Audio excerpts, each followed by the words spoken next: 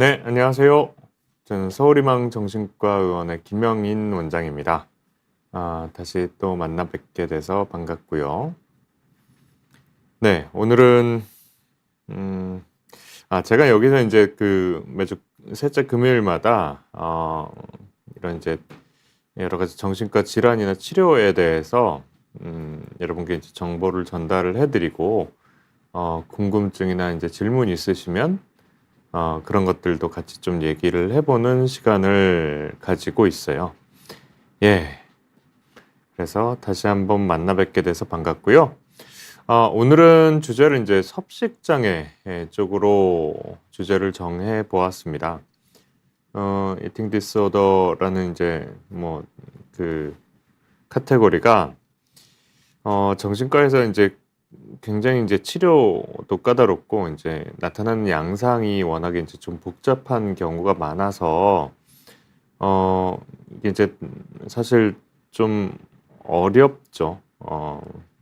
어려운 질환인데 그래도 인제 요렇게 인제 좀 만나 뵙고 이야기를 나눠 볼 수 있을 것 같아요. 네. 일단 이제 그 섭식장애라고 하는 거는 카테고리를 주로 인제 DSM-5에서 요렇게 인제 좀 분류가 돼요. 그래서 신경성 식욕부진이 가장 대표적인 질환이죠.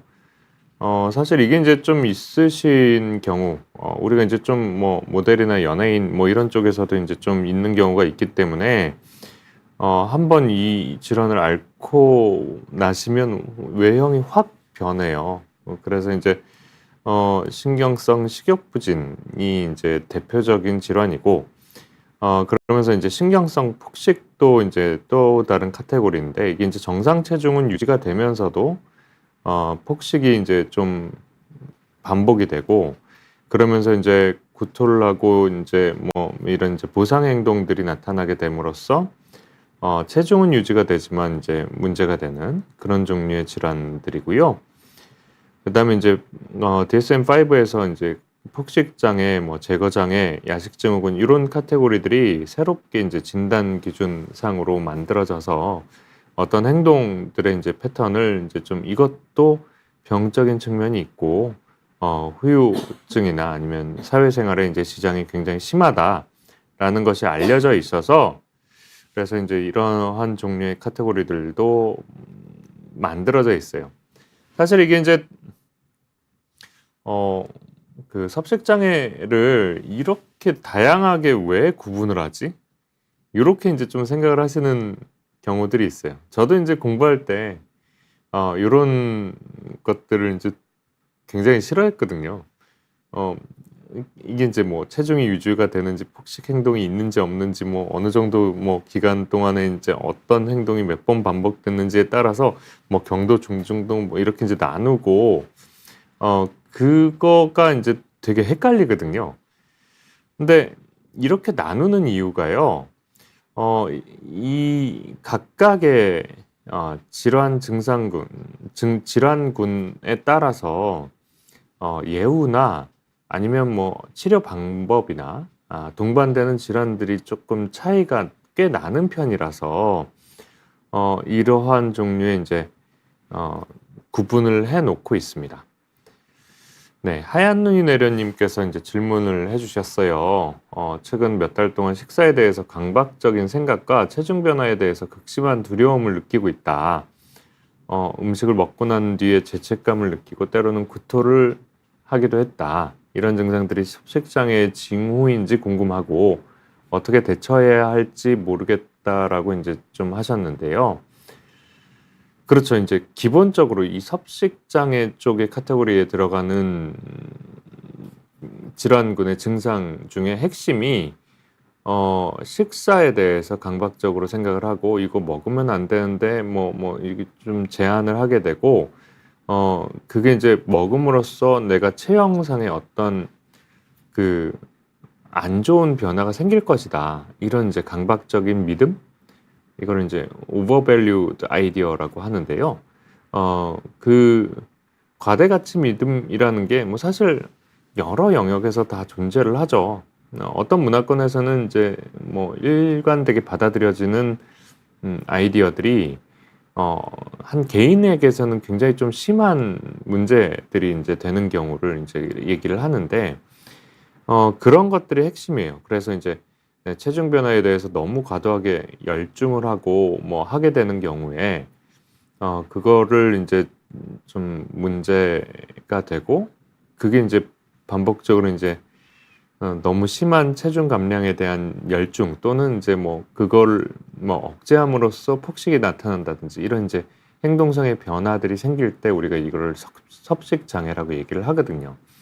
특히 인제 뭐 토를 하는 행위는 따로 떼어내서 이게 인제 폭식이 있든 없든 체중이 너무 감소를 하지 않는지 뭐 이런 것들을 구분하지 않고 그 구토를 반복하는 행위를 인제 펄징 디스오더로 DSM-5에서 따로 이렇게 분류를 했어요. 이게 왜 그러는고 하면은 이제 보다 만성적인 경과나 사망률이 높은 결과를 낳기 때문에.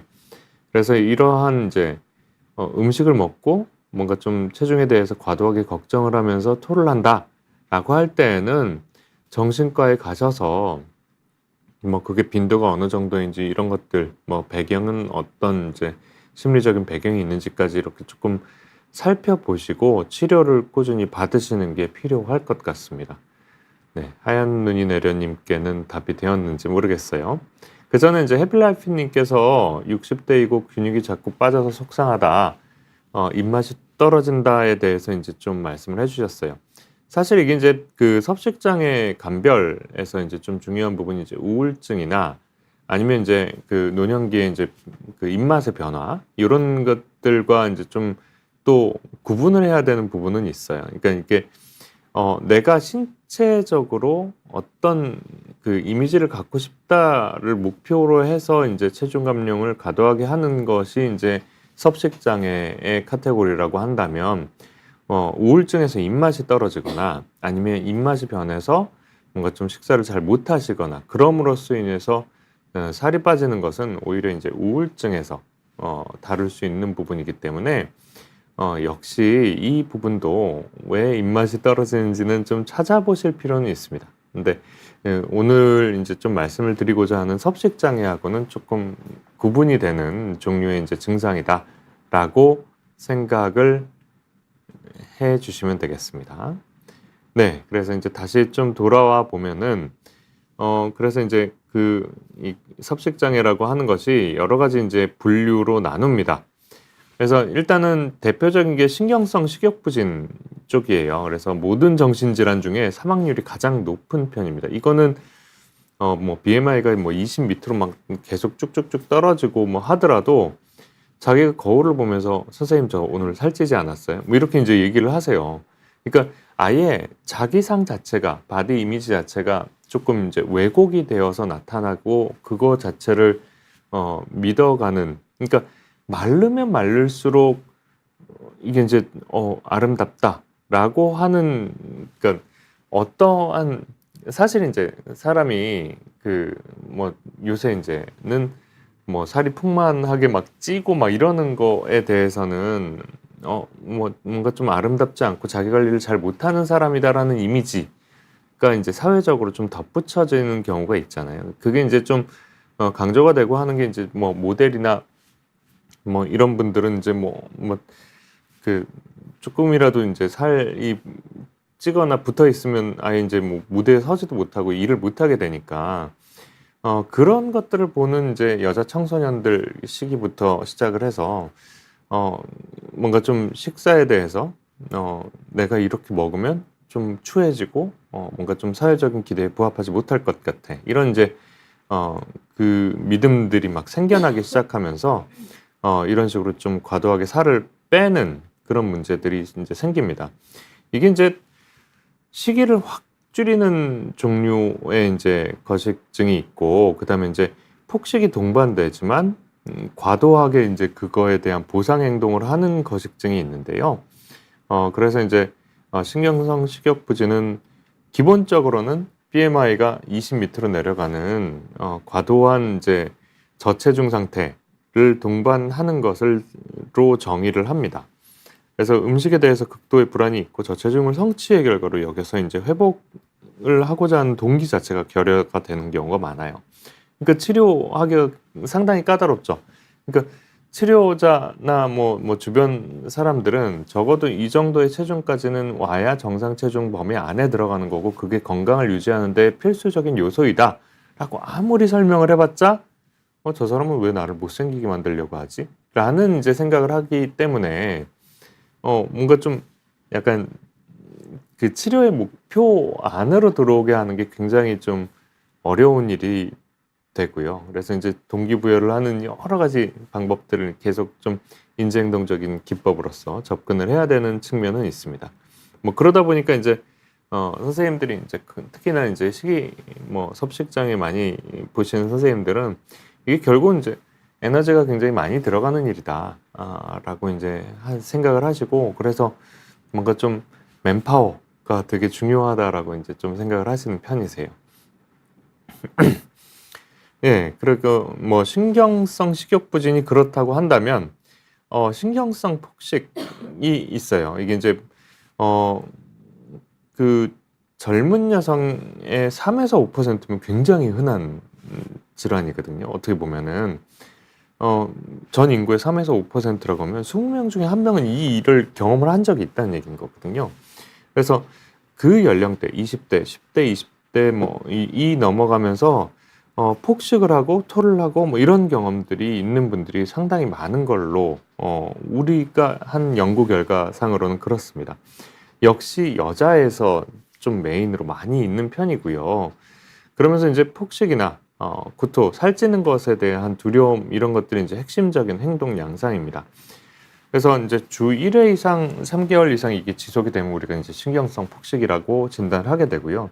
이게 뭐 보상 행동으로서 주로 인제 구토가 좀 많기 때문에 뭐 치아가 변형이 되거나 아니면 얼굴 윤곽이 변형이 되거나 뭐 내지는 인제 손에 뭐 흉터가 많이 생기고 뭐 이런 것들이 많이 생깁니다.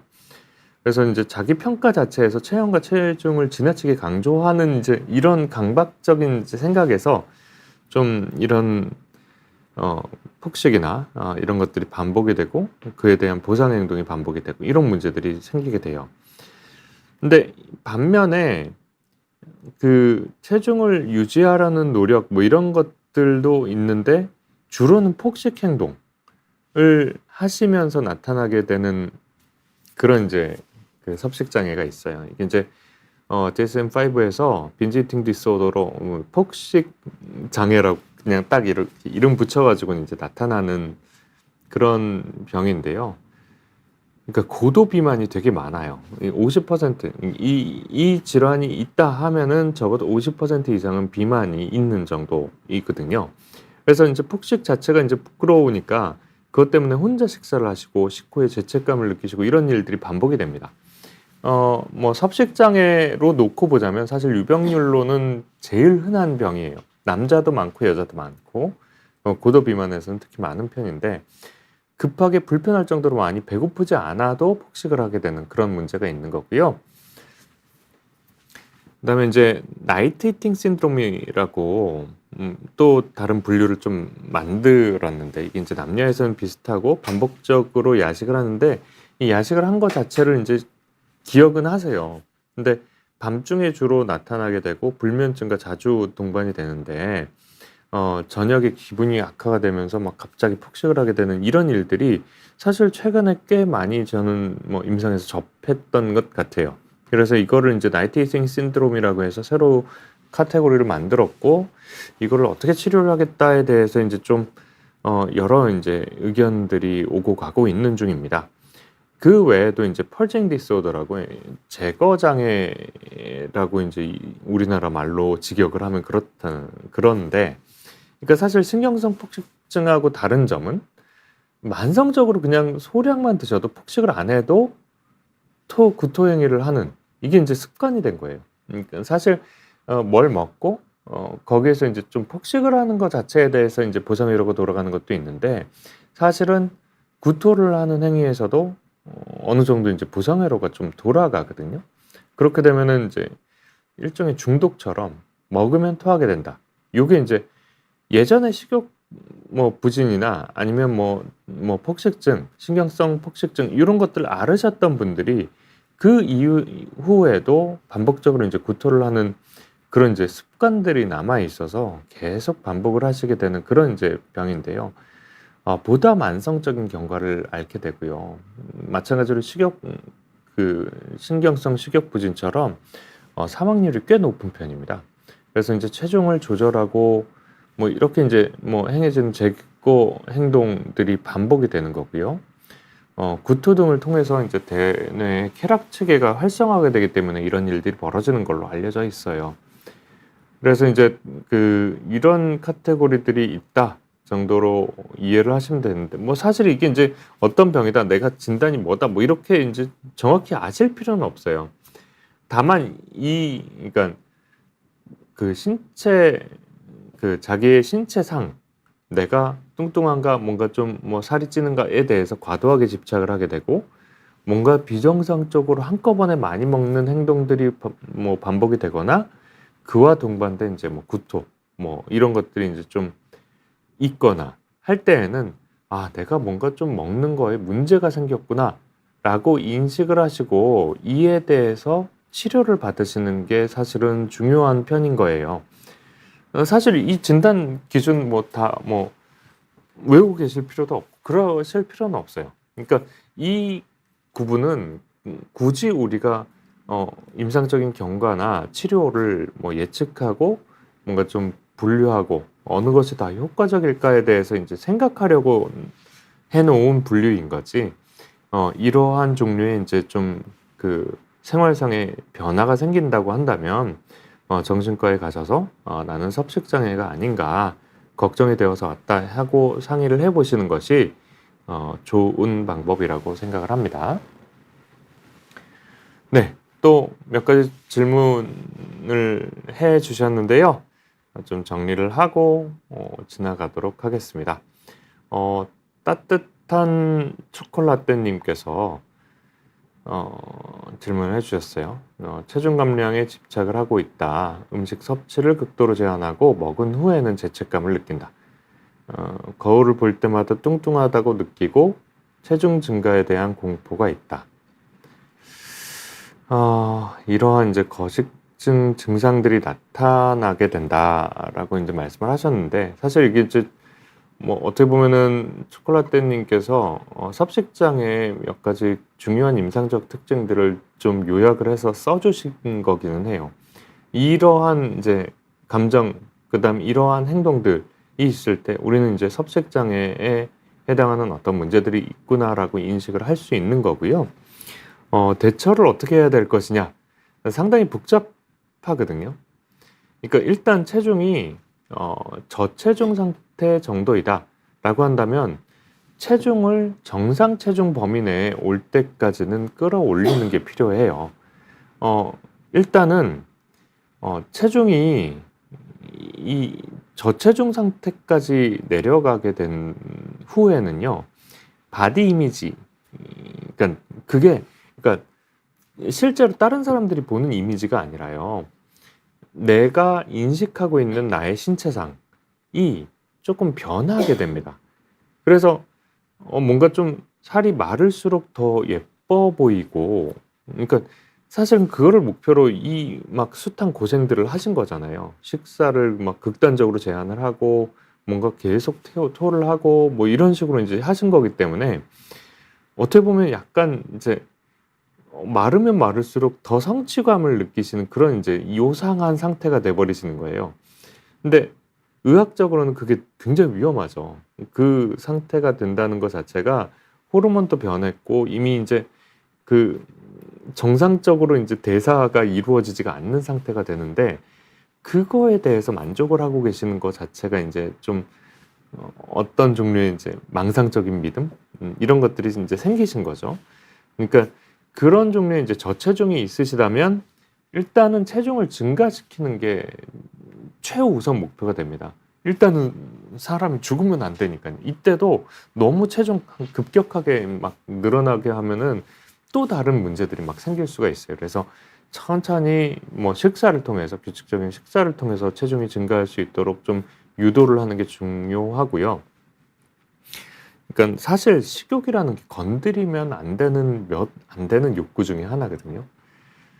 이거를 제한을 우리가 이제 할 수 있다라고 생각을 하는데 사실은 할 수 없는 부위에 있는 거거든요. 그러니까 인간의 뇌에 존재하는 게 아니에요. 식욕은 저 그 근원적인 뇌 안에서 뭐 인간 생명 유지를 위해서 그냥 존재를 하는 어떻게 보면 이제 그 욕구인 건데 그거를 제한을 하거나 변형을 시키는 것 자체가 여러 가지 문제들을 만듭니다. 이게 이제 감정 및 사고 뭐 이런 것들에 대해서 아까 이제 뭐 바디 이미지 자기가 자기 자신을 인식하는 것도 바뀐다고 말씀을 드렸잖아요. 이게 이제 사고의 그 뭐 유연성이나 아니면 뭔가 좀 그런 이제 그 어떤 종류의 그 뭐 가치에 무게를 두는가에 대한 결정, 의사결정 능력이라고 하는데 그런 것들이 이제 변형이 되는 상태가 돼버리는 거예요.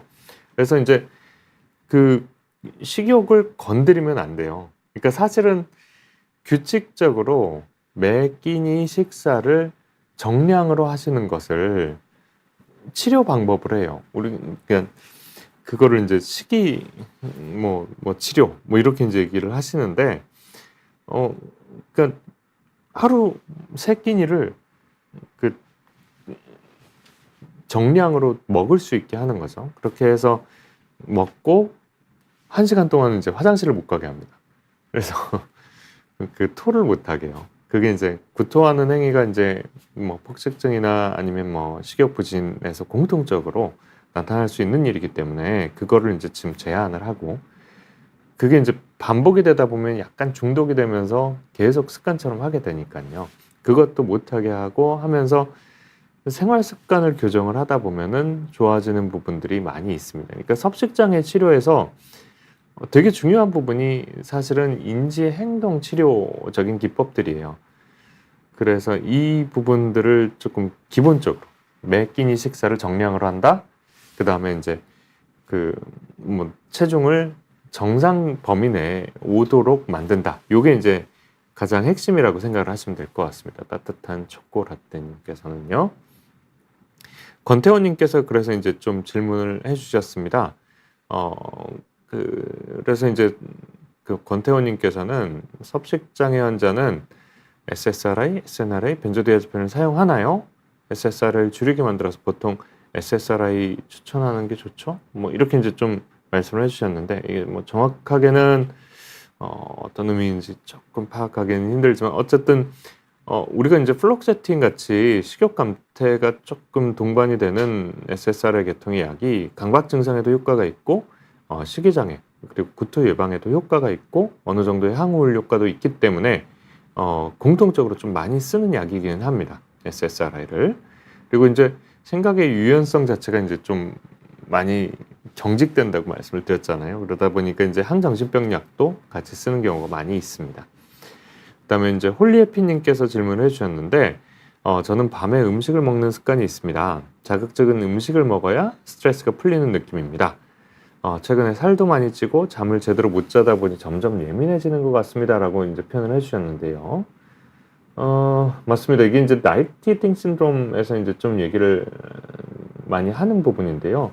반복적으로 이제 그 저녁 식사가 끝나고 나서 주무시기 전에 요 사이 시간대에 폭식을 반복적으로 하는 이것도 이제 뭐 평균 주 1회 이상 3개월 동안 부적절하게 반복이 될 때 우리가 나이트 이팅 신드롬이라고 얘기를 하는데요. 이게 지금 말씀하신 이제 살이 찌고 잠을 제대로 못 잔다가 닭이 먼저인지 달걀이 먼저인지 모르는 거예요, 지금. 그러니까 이 밤에 폭식을 하게 되는 이 습관 자체가 사실은 우울증을 유발할 수도 있고요. 그다음에 이제 불면을 유발할 수도 있는 거거든요. 근데 또 불면과 우울이 심할 때 이것들이 이제 좀 동반이 되는 경우도 많이 있다라고 알려져 있어서 사실은 어느 것이 먼저인지 원인과 결과를 우리가 이제 정확히 파악하기는 어렵습니다. 다만 우울증 치료, 불면 치료를 잘 받으시는 거는 홀리에피님께는 지금은 중요한 일이 되는 것처럼 보입니다.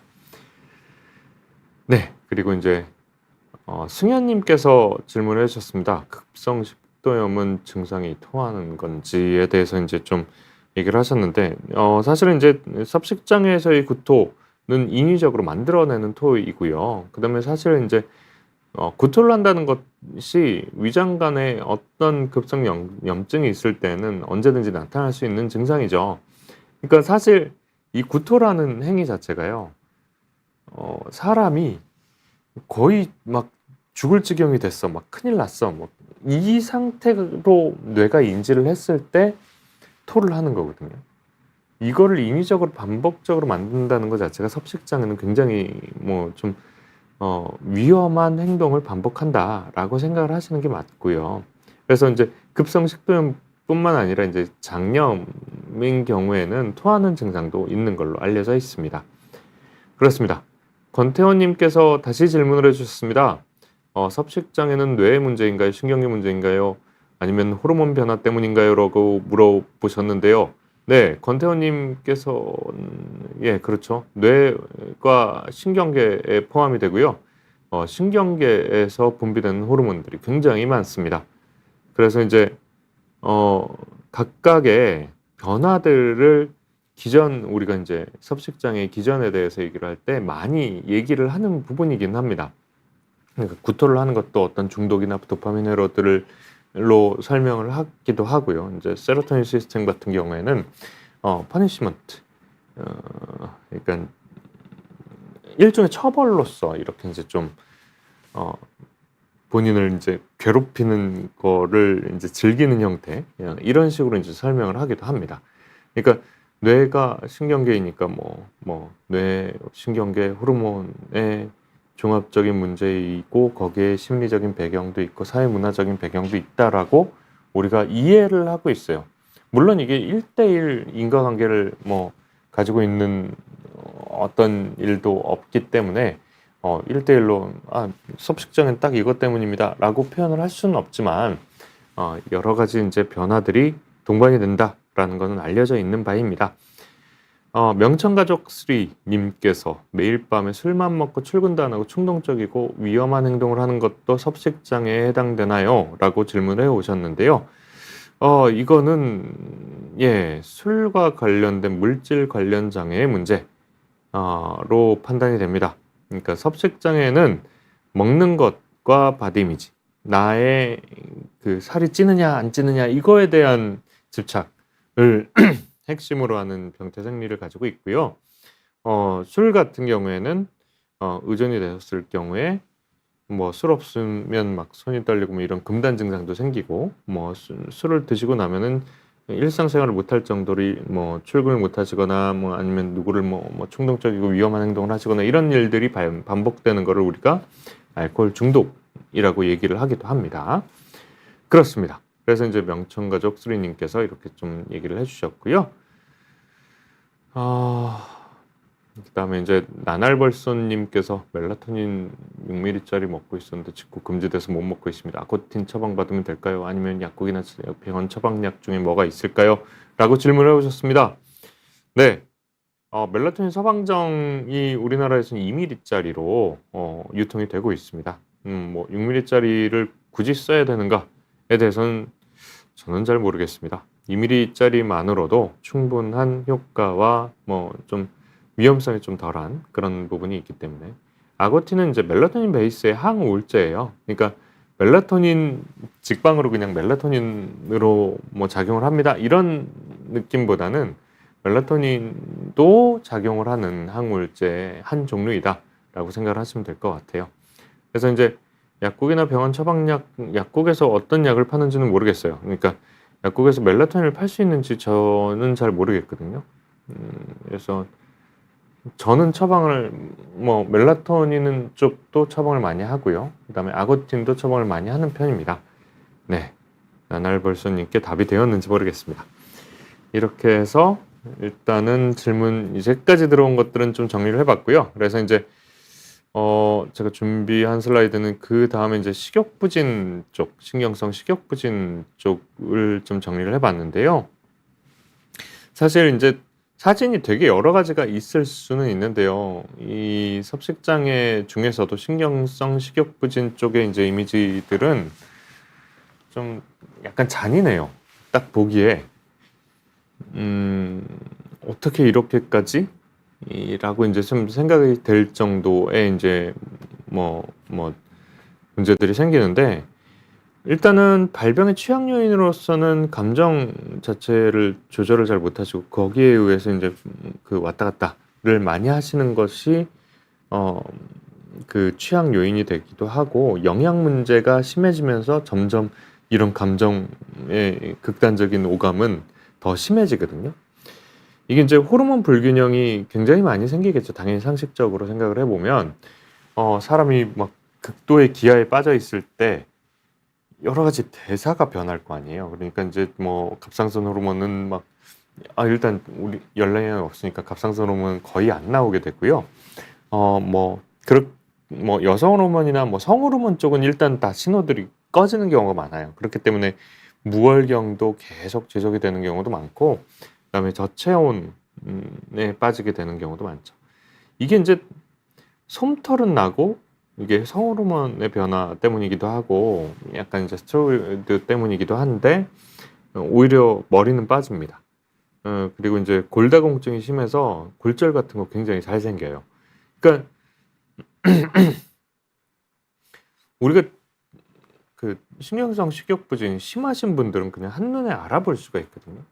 그 정도의 변화가 생기신 분들 같은 경우에는 굉장히 조심조심해야 됩니다. 내과적인 문제가 엄청 많을 수가 있기 때문에, 이게 사실은 신경성 식욕부진이 심하신 분들 같은 경우는 종합병원에서 내과랑 같이 협진을 해가면서 보는 게 안전하기는 해요. 아까 처음에 말씀드렸다시피 이 정도로 체중이 감소를 하게 되면 내과적인 위험성이 굉장히 크고 사망률이 높거든요. 그래서 이제 정신과에서만 보기에는 굉장히 위험한 경우들도 많이 있습니다. 전해질 불균형 때문에 갑자기 죽는 경우도 많이 있고요. 그다음에 이제 혈액학적인 변화는 뭐 각종 혈구들이 다 줄어들겠죠, 당연히. 부종 때문에 오히려 체중은 뭐 그렇게 많이 빠지지 않는 경우도 있어요.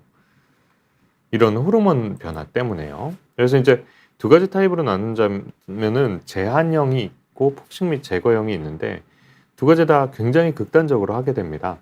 신경성 식욕부진 진단인 경우에는요. 그래서 이제 음식 섭취를 거의 막 못 하시거나 안 하시거나 그렇게 하고, 조금이라도 먹으면 막 토하고 뭐 이런 일들이 막 발생을 해요. 근데 한 3분의 1 가량에서는 이게 이제 아까 말씀드렸잖아요. 식욕이라는 게 건드릴 수 있는 영역이 아니기 때문에 누르면 누를수록 사실은 대폭발이 일어나는 경우가 많이 있어요. 이게 이제 폭식으로 이어지게 되는데, 그러니까 너무 극단적으로 제한을 하게 되면 폭식, 평소엔 먹지 않던 것도 막 먹어요. 그리고 나서 이제 후회하고 거기에 대한 보상 행동, 막 토를 하는 경우, 이런 경우도 꽤 많이 있습니다. 그게 이제 3분의 1 가량에서는 이런 일들도 반복이 돼요.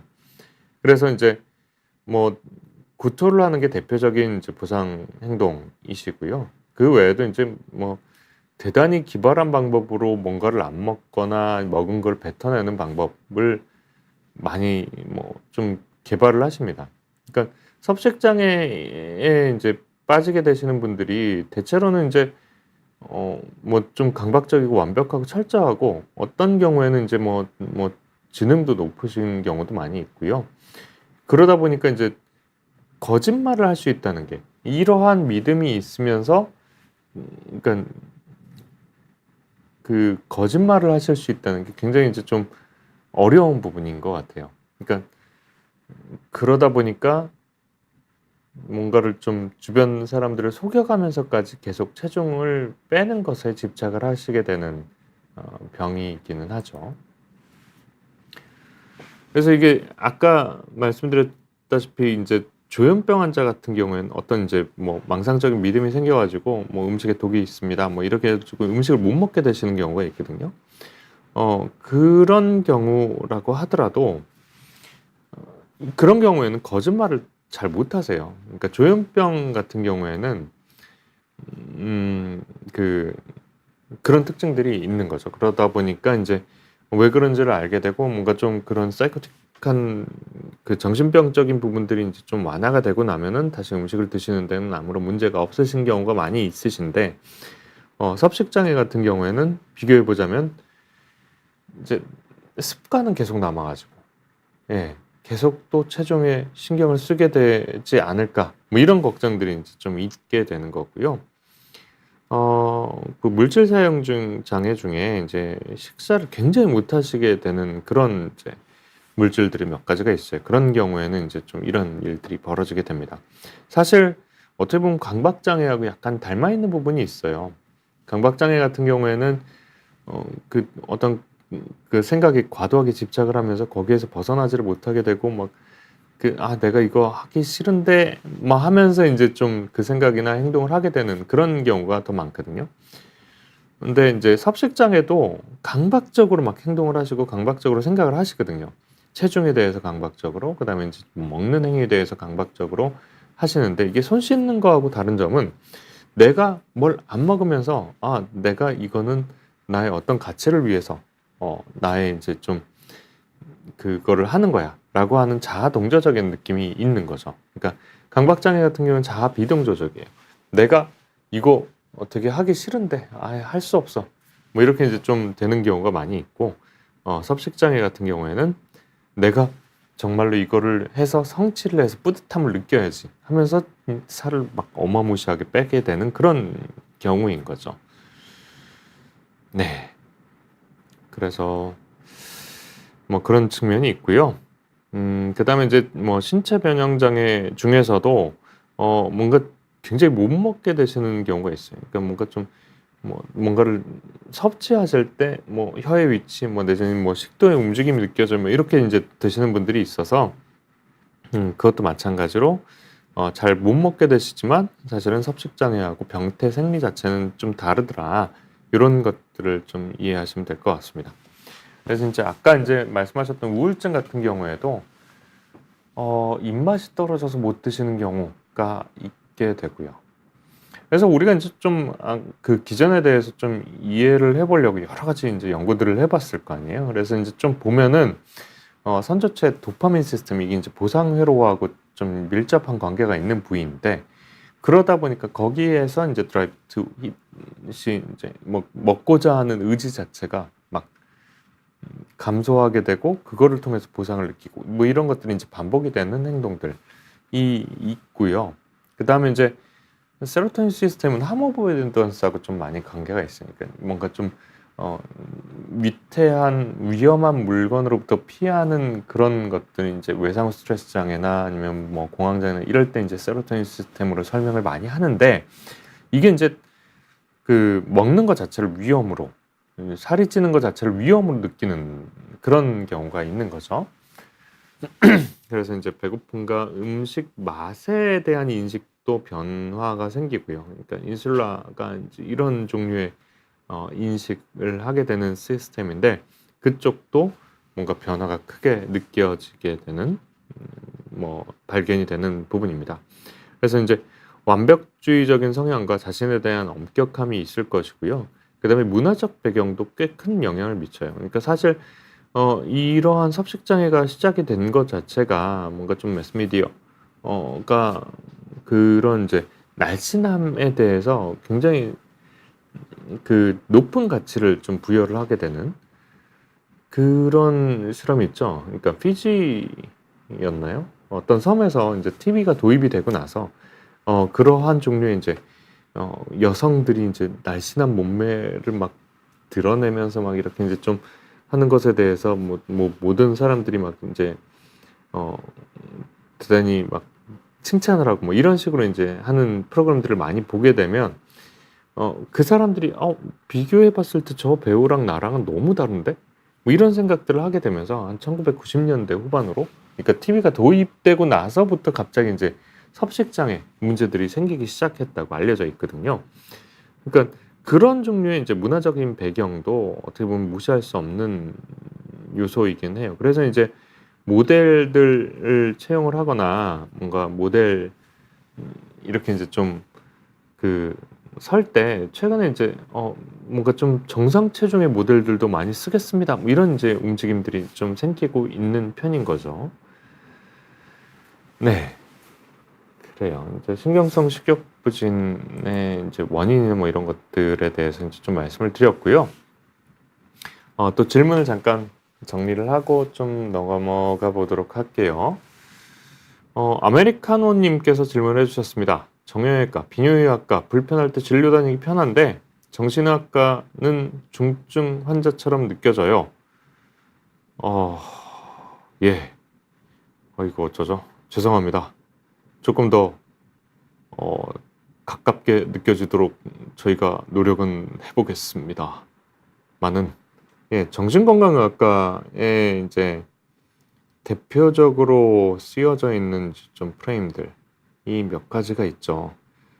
영화나 이런 데서 이제 묘사되는 보면은 이제 정신과 의사가 악역으로 나오는 경우가 꽤 많이 있더라고요. 그건 제가 어쩔 수 없는 부분인 것 같긴 하고, 그러니까 사실 이게 이제 뇌신경 행동과학이라고 좀 이해를 하면 될 것 같아요. 그래서 이제 그 행동상의 변화를 일으키는 행동상의 증상이 생길 수 있는 여러 가지 이제 모든 질환들을 치료하는 곳인데 주로는 지금 뭐 쓰고 있는 방법들은 지질적인 정신치료하고 약물치료 이 두 가지 축으로 많이 가고 있는 편인 거죠. 그렇게 치자면 사실 생각해 보시면 뭐 환자 교육이나 이런 이제 그 교육과 이제 환자 의사 관계 뭐 이런 부분들의 강의는 사실은 정신과 선생님들이 다 하시거든요. 어떻게 보면은 다른 과에서도 뭐 당뇨 진료를 받으러 갔을 때 당뇨 교육을 받는다. 뭐 어느 종합병원에 갔을 때 사회사업실에서 뭔가 좀 이런 이제 그 사회적인 뭐 그런 것들을 한다 하는 게 사실은 정신과적인 치료의 일부분이거든요. 그러니까 다른 과에서도 정신과적인 치료를 맛보고 계신다라고 생각을 하시면 될 것 같아요.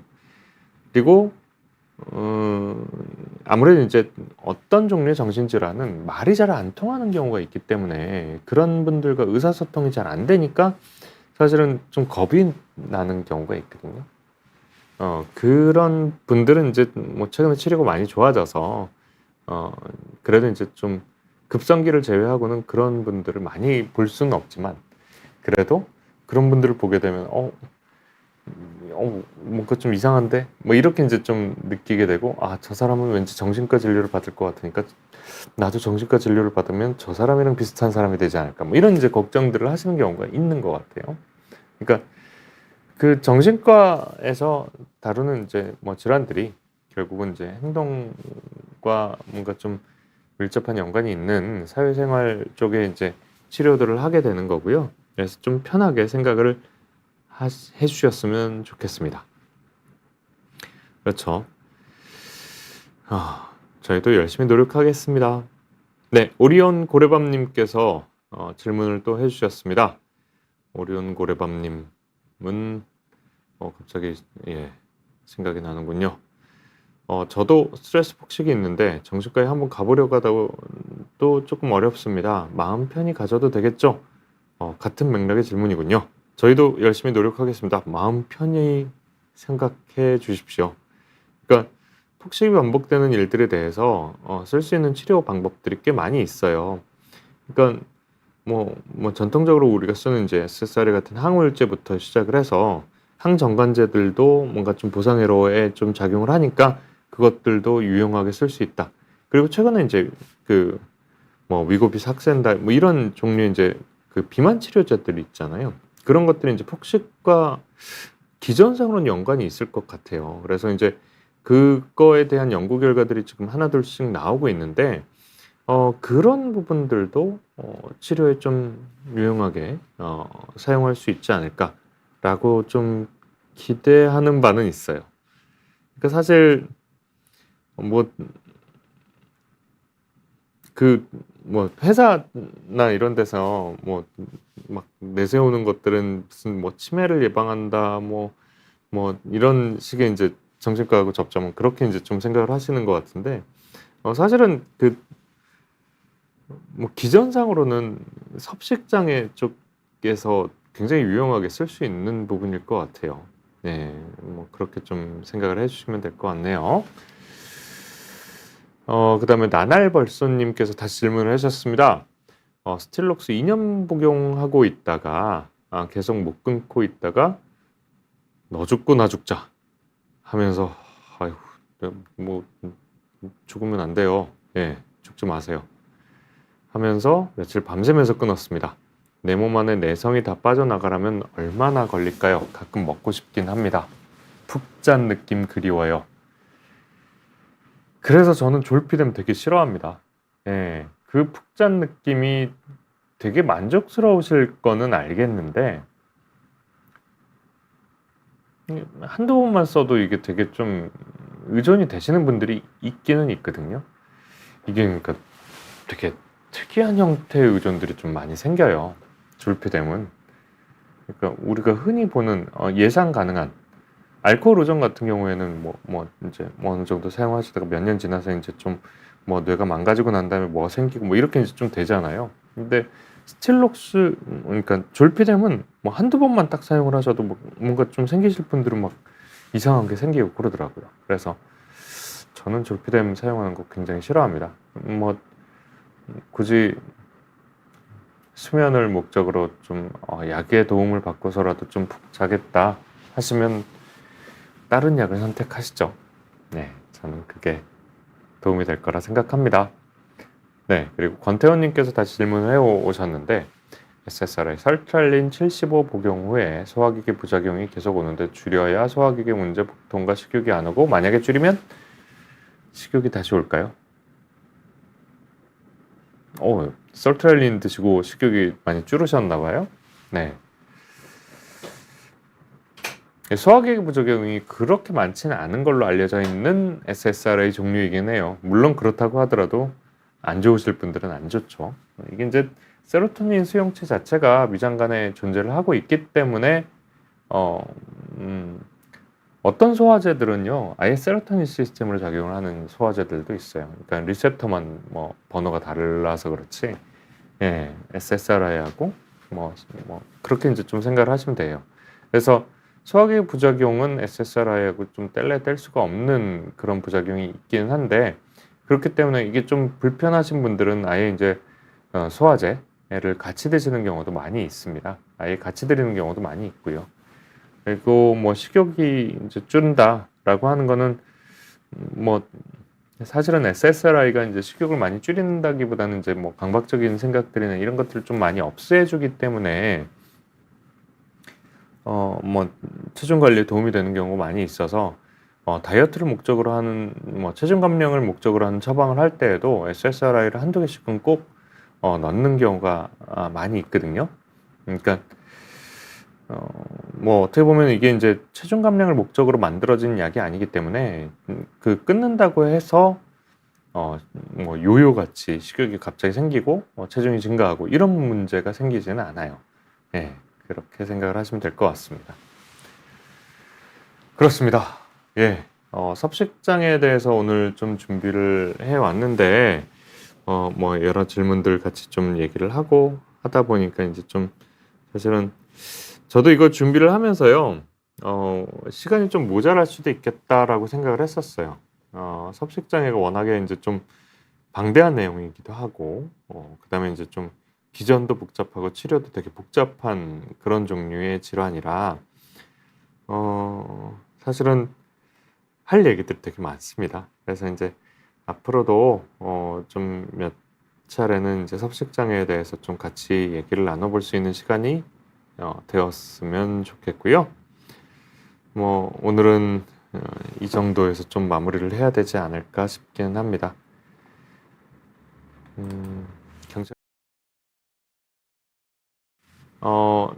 다음 시간에는 또 섭식장애에 대해서 조금 더 내용을 나누어 보도록 하죠. 또 언제든지 궁금하신 점 있으시면 많이 참여해 주셔서 답을 드릴 수 있도록 되었으면 좋겠습니다. 오늘도 시청해 주셔서 감사합니다. 감사합니다.